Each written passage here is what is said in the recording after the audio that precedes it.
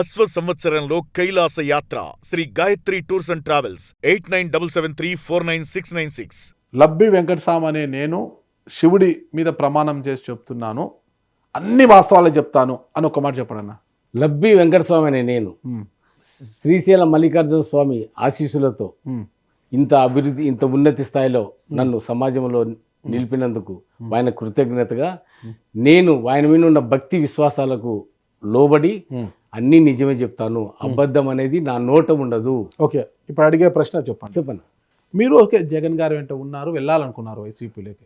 అయితే రాజశేఖర రెడ్డి గారు మరణం తర్వాత రోషయ్య గారు మంత్రి, మళ్ళీ కిరణ్ కుమార్ రెడ్డి గారు మంత్రి, ఏరాస్ ప్రతాప్ రెడ్డి మంత్రి అయిన తర్వాత మిమ్మల్ని ఏరాస్ ప్రతాప్ రెడ్డితో పాటు కర్నూలు జిల్లాలోని ఇంకా కొంతమంది నాయకులు కూడా వారించి జగన్ వెంట వెళ్తే ఏమొస్తుంది, ఈ పార్టీలో ఉంటే నీకు అన్నీ వస్తున్నాయి. అప్పుడే నిప్పుల వాగుపైన మీకు నిప్పుల వాగుపైన ఒక పవర్ ప్లాంట్ అనేది వచ్చింది.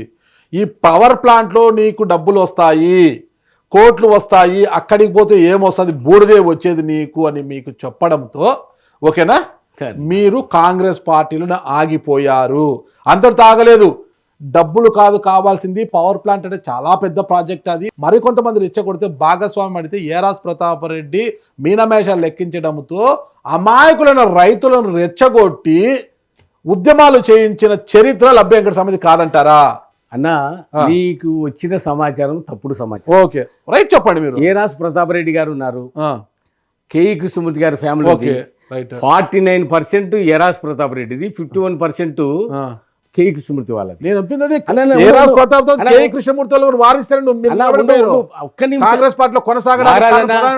వాక్చాతుర్యంతో క్వశ్చన్ తప్పుదోవ పట్టించు. చెప్పన్నా. వేంపేట గ్రామం నా సొంత గ్రామం. ఓకే, రాజశేఖర రెడ్డి గారు సచిన రోజు నిపులవాగు మీద 7 మెగావాట్ల సంతకం తీసుకొస్తావా? రాజశేఖర్ చచ్చిపోయినాడు ఆ రోజు, సెప్టెంబర్ 2. డబ్బులకు బేరసారా రాలేదా మీరు? ఉండన్నా, డబ్బులకు బేరసారా రాలేదా అన్నా? నేను చెప్తాను. వేంపేట గ్రామం యొక్క నేపథ్యం తెలుసా? నక్సలేట్ల విలేజ్ అది. 23 మంది ఊచకోతకు గురైనటువంటి విలేజ్. చరిత్రలో ఈరోజు SC/ST యాక్ట్ వచ్చిందంటే పాస్వాన్ గారు బికాజ్ ఆఫ్ వేంపేట.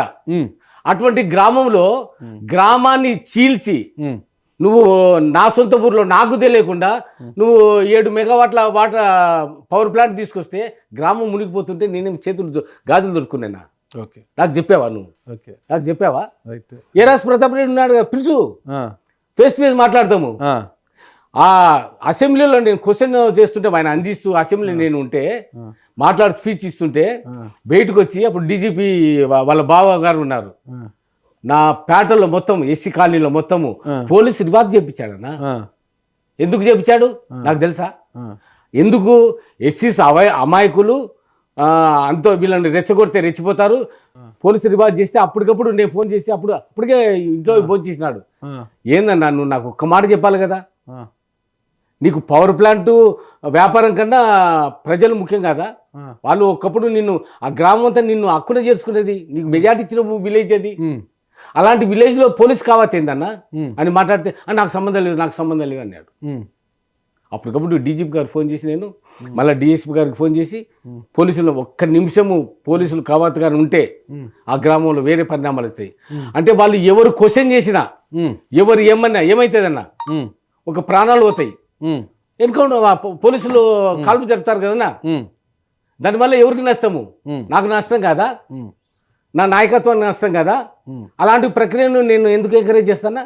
సరే, ఆ రోజు జగన్మోహన్ రెడ్డి గారు చెప్పితేనే మీరు పార్టీలో ఆగిపోయారన్నా, నేను దీన్ని ఒప్పుకుంటానన్నా. మళ్ళీ 2014లో వైసీపీని కాదని టీడీపీ నుంచి ఎలా బరిలోకి దిగారు మీరు?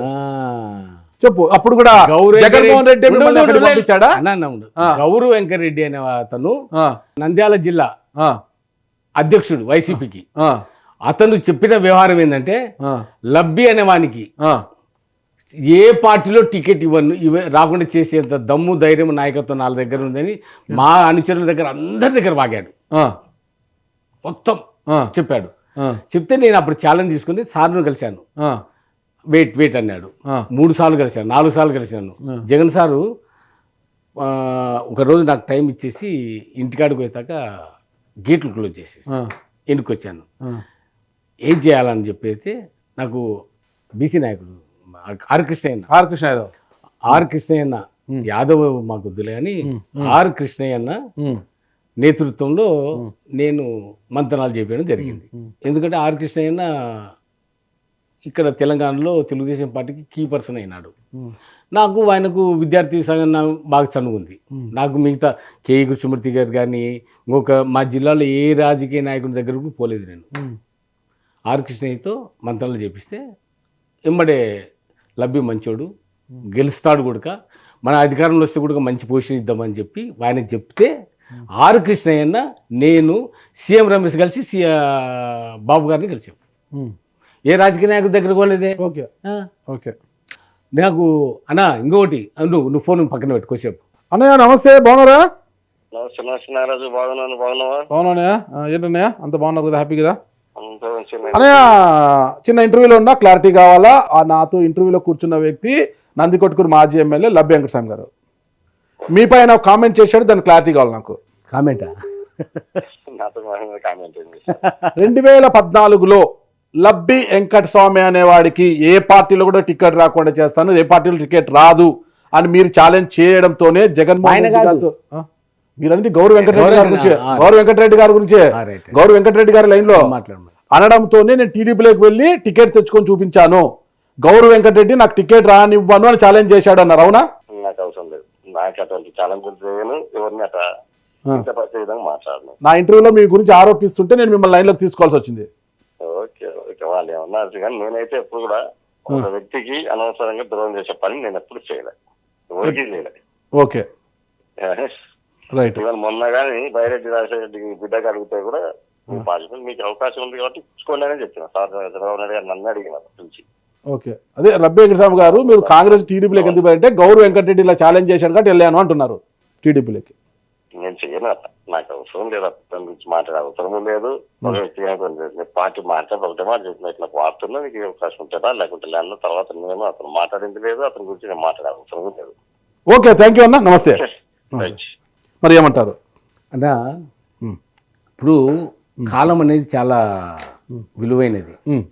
గడిచిన కాలాన్ని భవిష్యత్తుకు అనువదించినప్పుడు కొన్ని నిజాలు అనేది మరుగున పడిపోతాయి. ఆ రోజున జరిగిన పరిస్థితి అంటే నేను ఇప్పుడు మల్లారెడ్డి గారిని పెద్ద మల్లారెడ్డి గారని నాకు చాలా అత్యంత ఆప్తుడు ఉండే, పెద్ద మల్లారెడ్డి మిడుతూరు చనిపోయినాడు ఆయన. ఆయన నాకు ఇచ్చినట్టు ఇన్స్పిరేషన్ కాన్స్టిట్యున్సీలో చాలా. ఇవన్నీ వ్యవహారాలకు ఆద్యుడు, నన్ను ఇన్స్పిరేట్ చేసింది కూడా ఆయన్ని. ఇప్పుడు లేడు, సాక్ష్యం తెమ్మంటే నేనే దాదా. నిజాయితీ పరుడు అన్న, పూర్తి నిజాయితీ పరుడు మీరు. No doubt, 100% no doubt. ఏమే నిప్పుల వాగుపైన పవర్ ప్లాంట్ వస్తే రైతుల కడుపు కొడుతున్నారు, రాజశేఖర రెడ్డి మరణం రోజున రైతులు కడుపు కొడతారా అని రైతుల కోసము ఉద్యమించిన గొప్ప నాయకుడు మీరు. ఎలాంటి లాభాపేక్షకు పోలేదు, మిగతా వాళ్ళు చేసినవన్నీ అంత ట్రాష్. ఓకే, అంత ట్రాష్. ఓకేనా? మీరు చాలా గొప్ప నాయకుడు. మరి అంత గొప్ప నాయకుడు కాంగ్రెస్ పార్టీ తర్వాత వైసీపీలోకి పోలేదు, గౌరవ వెంకటరెడ్డి గారు ఛాలెంజ్ చేశారు కాబట్టి టీడీపీలోకి వెళ్ళారు మీరు.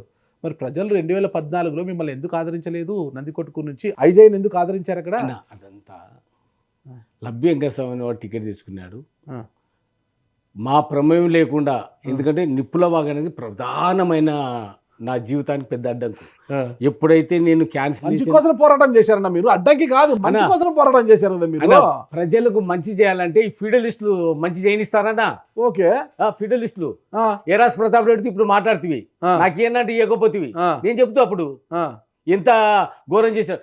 నిప్పుల వాగు అనేదేనా ఊరు మధ్యన వస్తుందన్న, ఊరు ఎస్సీ ఎస్టీ బీసీ కాలనీ సెంచులు కొట్టుకుపోతాను. నాను పేదల కోసం పోరాటం చేశామన్నా, పేదల పక్షాతేన లబ్బి 5 సంవత్సరాలు ఓడించారు. 5 సంవత్సరాలు నిరాహార దీక్ష చేపించి పేద ప్రజలతో, అమ్మాయిలు లేడీస్ తో దాన్ని చేయలేదు కదన్నా, చేయించాను. చేయలేదు కదా నువ్వు. నేను చేయలేదు, ప్రజల మీద కాన్సన్ట్రేట్ కదా, ప్రజల కోసం. ఇప్పుడు తెలంగాణ సాధన కోసం కేసీఆర్ గారు ఇక్కడ నిరాహార దీక్ష చేశారు. అది అంశం వేరు, ఇది అంశం వేరు అన్న. 5 సంవత్సరాలు నీ నియోజకవర్గం బాగు కోసము నువ్వు దీక్ష చేయాల్సింది, వేరే వాళ్ళు దీక్ష చేస్తే నువ్వెందుకన్నా? ఇది స్టార్టింగ్ చేసింది నేనన్నా, నేను దీక్షలో కూర్చోవాల్సింది, ఎమ్మెల్యే దీక్షలో కూర్చోవాల్సింది. కూర్చున్నా కాబట్టి నువ్వు నేను కూర్చోలేదు, కూర్చోబెట్టానన్నా. అంటే ఒక్క రోజు 2 రోజు 3 రోజు లీడర్ అని వాడు 5 సంవత్సరాలు కూర్చుంటారన్న. సాధన కోసం పొట్టి శ్రీరామ్ 5 సంవత్సరాలు. పొట్టి శ్రీరామ్ 5 సంవత్సరాలు పొట్టి శ్రీరామ్ అంటే మిగతా సమస్యలు ఏం కావాలి నియోజకవర్గంలో? అరే ప్రజలేం కావాలి? రాష్ట్రం కథలు రైతులేం రావాలి, కావాలా? రాష్ట్రం దిగి రావాలి. యాడికి? ఎమ్మెల్యే దీక్ష చేస్తున్నాడంటే రాష్ట్ర ప్రభుత్వం దిగి రావాలి. ఎమ్మెల్యే దీక్ష చేస్తున్నా అంటే ప్రభుత్వానికి వ్యతిరేకంగా చేస్తున్నాడు. కిరణ్ కుమార్ రెడ్డి నాయకత్వానికి వ్యతిరేకంగా పనిచేసిన దీక్ష ఆమరణ నిరా దీక్ష 14 రోజులు చేశాడు కాబట్టి 1650 ఉద్యోగాలు ఇప్పించాను. That is the Labbi. మరి ఆ నిప్పుల వాగు అలాగా నిపుల అవినీతి పరుల చేతులు ఎట్ట పెడతారా? ఆ పవర్ అది ప్లాంట్ పేద సాగి ప్రజల ఆస్తి. జగన్మోహన్ రెడ్డి గారు ఆ వచ్చిన గ్రామం తర్వాత ఆ గ్రామం నిప్పుల వాగంటే నిప్పు. జగన్మోహన్ రెడ్డి వచ్చిన తర్వాతే దాని అంతసేపు ఎలా కొనసాగించారు మళ్ళీ మీరు? జగన్మోహన్ రెడ్డి సార్ వచ్చాడు కూడా ఏమైనా క్యాన్సిల్ చేయించాడు. అదే అన్న అది మా నాయకుడు. మీ నాయకుడు చేసి అంతవరకు ప్రజల కొనసాగింది. సౌభాగ్యము, గ్రామ వికాసము. మీ తప్పును కప్పిపుచ్చుకోవడానికి ఇతరుల పైన నేను మీరు బురద తప్పు జల్లుతున్నారు. నేను తప్పు మీ చేయను. స్వార్థం కోసం టీడీపీలోకి వెళ్ళారు. Yes. ఇక్కడ 2014 స్వార్థం లేదన్నా. వైసీపీలో మీకు అవకాశం అయ్యో, రాలే. తండ్రి. ఐజాయికి అవకాశం ఇచ్చారు. మీకు టికెట్ కావాలి, రాజకీయ ఆకాంక్ష, రాజకీయ యావ పుట్టింది కాబట్టి టీడీపీలోకి వెళ్ళారు, పోటీ చేశారు. ఐజాయిపై చిత్తుగా ఓడిపోయారు. నీకు ఆ, కొంత ఆ. అన్ని తెలుసుకొని మాట్లాడితే నేను నమస్కారం చేస్తాను. 2014 ఎందుకు ఓడిపోయారు ఉండు, చెప్పన్నా? ఉండు. మిమ్మల్ని ఓడించింది ఎవరు చెప్పన్నా? అది సీక్రెట్ చెప్పమంటే ఇది చెప్పన్నా, ఓపెన్. ఓపెన్ చెప్పన్నా. తర్వాత క్లారిఫికేషన్ ఇస్తాను. నాకు ఇంటర్వ్యూలో కావాలా? అన్నా, అందరు ఫీడలిస్టులు కలిసి నన్ను ఓడగొట్టారన్న. నువ్వు బలమైన నాయకుడైనప్పుడు నిన్నే బలమైన ఓడగొట్టాలా? నాయకుడు నా దగ్గర డబ్బు ఆడుంది. ఆ? డబ్బు కావాలి కదా. డబ్బేనా మీను? డబ్బే డబ్బేనా మీను? డబ్బే నన్ను ఓడగొట్టింది ఆడ. డబ్బే. డబ్బే డబ్బు తీసుకొని ప్రజలు ఓట్లేస్తారు. చెప్పు చెప్పు అన్న, ప్రజలు చెప్పు. డబ్బులు తీసుకుని ఓటేస్తారా మరి ఓయరాని డబ్బు కాదు. ఎందుకన్నా? నా దగ్గర తిరగడానికి కూడా డబ్బు లేదు. ఆడికి 65,000 ఓట్లు జిల్లా వచ్చినాయి. పరిషత్ చైర్మన్ గా చేసిన మీరు 2009 నుంచి 14 ఎమ్మెల్యేగా చేసిన మీ వద్ద డబ్బు లేదా తిరగడానికి? నేను డబ్బు సంపాదాలంటే నాకు ఒక హెచ్ఎన్ఎస్ చాలనా? 7,000 కోట్ల ప్రాజెక్ట్ అది మిషనరీ. ఒక్క పర్సెంటేజ్ కూడా 70 కోట్లు. మరి ఏమి అదే వేరే రాజకీయ హైదరాబాద్ లో కంపెనీ స్టార్ట్ వేరే చేస్తున్నారు. రాజకీయ ఏ డబ్బు లేకుండా ఈ రోజు హైదరాబాద్ లో కంపెనీ స్టార్ట్ చేస్తుంటే ఎలా స్టార్ట్ స్టార్టర్ చేశారు? కంపెనీ. గతంలో హైదరాబాద్ కు వచ్చి రియల్ ఎస్టేట్ లో చేసిన డబ్బు అంతా ఏం చేశారు? నేను రాజకీయంలో ఖర్చు పెట్టానన్నా. నా రక్తము, నా చెమట, నా రాజకీయ సంపద అంత అదంతా రాజకీయానికి. నాకు ఇప్పటికి ఇల్లు లేదు, నీకు తెలుసు. సరే 2014 ఇప్పుడు నాకు ఇల్లు లేదు, బాడీ ఇట్లనే ఉంటా తెలుసా నీకు? ఇప్పటికి ఇల్లు లేదు తెలుసన్నా. తలతలా మెరిసే కద్దల చొక్కాలు వేసినా కూడా మీరు చాలా పేదోడు, అసలుకి చాలా ఇబ్బందికర పరిస్థితుల్లో ఉన్నారని కర్నూలు అందరూ అంటుంటారు. అది నేను కూడా విన్నానన్నా. కానీ ఇప్పుడు ఏదో కంపెనీ స్టార్ట్ చేస్తున్నారంట. ఇప్పుడైనా మీరు బాగుండాలని నేను కోరుకుంటాను. స్టార్ట్అప్ కంపెనీ అన్న, అవినీతి కంపెనీ కాదన్నా. ఏదో ఒకటి 100 మందికి పేదలకు ఉద్యోగం కోసం ఒక స్టార్ట్అప్ కంపెనీ పెడుతున్నా. ఒక 100 మందికి కంపెనీ ఒక 5-6 కోట్లన్నా పెట్టుబడి పెట్టాలి నేనా? సరే అది కూడా మీతో లేదు. కోర్టు లేదన్నా. డిక్ అని సొసైటీ ఉంది తెలుసా నీకు? నాకు ఐడియా లేదు. డిక్ అని SC ST ఎంటర్ప్రైనర్. డిక్సీ తెలుసు కానీ డిక్కు తెలుసు. అదే డిక్సీలనే మెంబర్ను. వాళ్ళు చెప్పిన సహకారము, దాంట్లో వచ్చే ఇన్సెంటివ్స్ ఇవన్నీ కలిసి కొంచెం మనం రైట్ అన్న. 2014 వాళ్ళ సహకారం వెళ్ళిపోయారు, ఓడిపోయారన్న. ఓడిపోలేదన్నా, ఓడగించబడ్డాను. ఏదో ఒకటి అన్న. ఓడిపోవడం వేరు, ఓడగించబడ్డా వేరన్నా. ప్రజాబలం ఉన్న నాయకుడిని ఓడగొట్టారు అరే ఎవరన్నా? అన్నా, మా రాజశేఖర రెడ్డి సారు 4 ఏళ్లతో ఒకసారి పార్లమెంట్లో గెలిచాడు. గెలిచి ఆయన ఓడిపోయినాడా? పెద్దిరెడ్డి రామచంద్రారెడ్డి గారిని పుంగనూరులో ఓడించడానికి టీడీపీ సర్వశక్తులు వడ్డింది. అయినా పెద్దిరెడ్డి రామచంద్రారెడ్డి గారు అక్కడ గెలిచారు. అప్పుడు పరిస్థితి వేరు. అప్పుడు యాంటీ ఇన్కంబరెన్స్ టీడీపీ విపరీతంగా ఉంది. ఎప్పుడు? పెద్దిరెడ్డి రామచంద్రారెడ్డి గారిని గెలిచినప్పుడు. ఎప్పుడు? అదే 2014. నేను చెప్పింది 2024 ఎన్నికలన్నా. మొన్న అన్న పెద్దిరెడ్డి రామచంద్రారెడ్డి యొక్క రాజకీయ నేపథ్యము, నా రాజకీయ మంచి మంచి చేస్తే ఆయన దగ్గర డబ్బు విచ్చలవిడి ఉంది. డబ్బుతో గెలిచాడంటారా? డబ్బుతో గెలిచాడా? డబ్బుతో గెలిచాడు. నాయకత్వంతో గెలిచాడు. మరి మీకు లేదా నాయకత్వము? నాకు నాయకత్వం ఉందా? డబ్బు లేదన్నా. అన్నప్పుడు పెద్దిరెడ్డి రామచంద్ర నాయకత్వంతో గెలిస్తే అదే నాయకత్వంతో మీరెందుకు గెలవలేదన్నా? నాకు టికెట్ లేదు కదన్నా. అప్పుడు మా జగన్ సార్ 2014 అన్నా నేను చెప్పేది. ఎందుకు ఓడిపోయారు మీరు? అదే నాయకత్వంతో మీరు ఎందుకు ఓడిపోయారు? 2014లో అందరూ ఈ మా జిల్లా 2024లో పెద్దిరెడ్డి రామచంద్రారెడ్డిని ఓడించడానికి పుంగనూరులో టీడీపీ శక్తి వంచన లేకుండా కృషి చేసిన పెద్దిరెడ్డి రామచంద్రారెడ్డి గెలిచారు. నాయకత్వమా బల? 24 ఆయన నాయకత్వం పట్టిమా. మరి నీకు లేదా? జగన్ సార్ నీకు లేదా? అప్పుడు సన్నగిలిపోయింది కొద్దిగా ఎందుకు సన్నగిలింది? డబ్బు లేక. అదే డబ్బుంటేనే నాయకత్వం అంటే తిరుగుతారా? మన డబ్బుంటేనే కార్యకర్తల నాయకులు అంటే తిరుగుతారా? ఆక్సిజన్ కావాలి కదన్నా. డబ్బుంటేనే కార్యకర్తల నాయకులు తిరుగుతారా? నీతో మాట్లాడి నీళ్లు తాగుతుండా, అలాంటి ఆక్సిజన్ కావాలా లేదా? నా ఆక్సిజన్ కావాలంటే కార్యకర్తలు మీతో తిరగాలంటే మీతో డబ్బుంటేనే తిరుగుతారా? డబ్బుంటే తిరుగుతారంటే పని చేయగలడు, పట్టుదల గల వ్యక్తి అనేది విశ్వాసంతో తిరుగుతారు.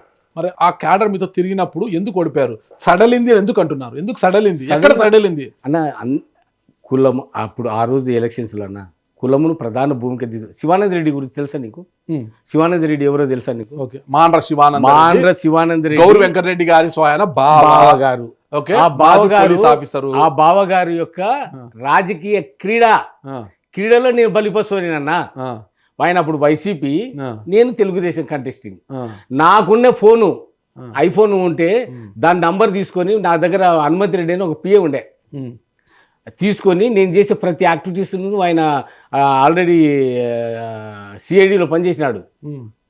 సిఐడి పనిచేసిన సిఐడి బుర్ర కదా, పోలీసు బుర్ర. అంటే ఎన్నో కుతంత్రాలు, ఎన్నో కుయుక్తులు.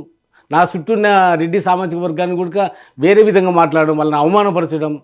నువ్వు రెడ్డి అన్నీ నా బ్యాట్స్మెన్లో స్కిల్ ఉన్నప్పుడు ఎంత పెద్ద బౌలర్ వచ్చి గూగ్లీ వేసినా ఇంకోటి వేసి ఇంకోటినా కొడితే 6 పోతుందన్నా. అబ్బా, నేను గోల్ కొట్టడానికి సిద్ధంగా ఉన్నాను, కానీ నా దగ్గర నాకు ఎన్ని అడ్డంకులు తెలుసన్నా. ఒకటి వేంపేట పవర్ ప్లాంట్ది, దానికి శక్తులు ఎవరో తెలుసా? ఏరాస్ ప్రతాప్ రెడ్డి గారు, కే కృష్ణమూర్తి అన్న గారు, వీళ్ళందరూ పార్ట్నర్షిప్లో అది ఉంది. అదొక అంశము. తర్వాత ఈడు ఎవరిని అడగకుండా తెలుగుదేశంలో టికెట్ తెచ్చుకున్నాడే, అదొక జలసి. సరే, పార్టీ కానీ చంద్రబాబు కానీ వాళ్ళు చెప్పిన ప్రామిస్ ఫుల్ఫిల్ చేయకపోవడం, ఓడిపోవడానికి కారణము.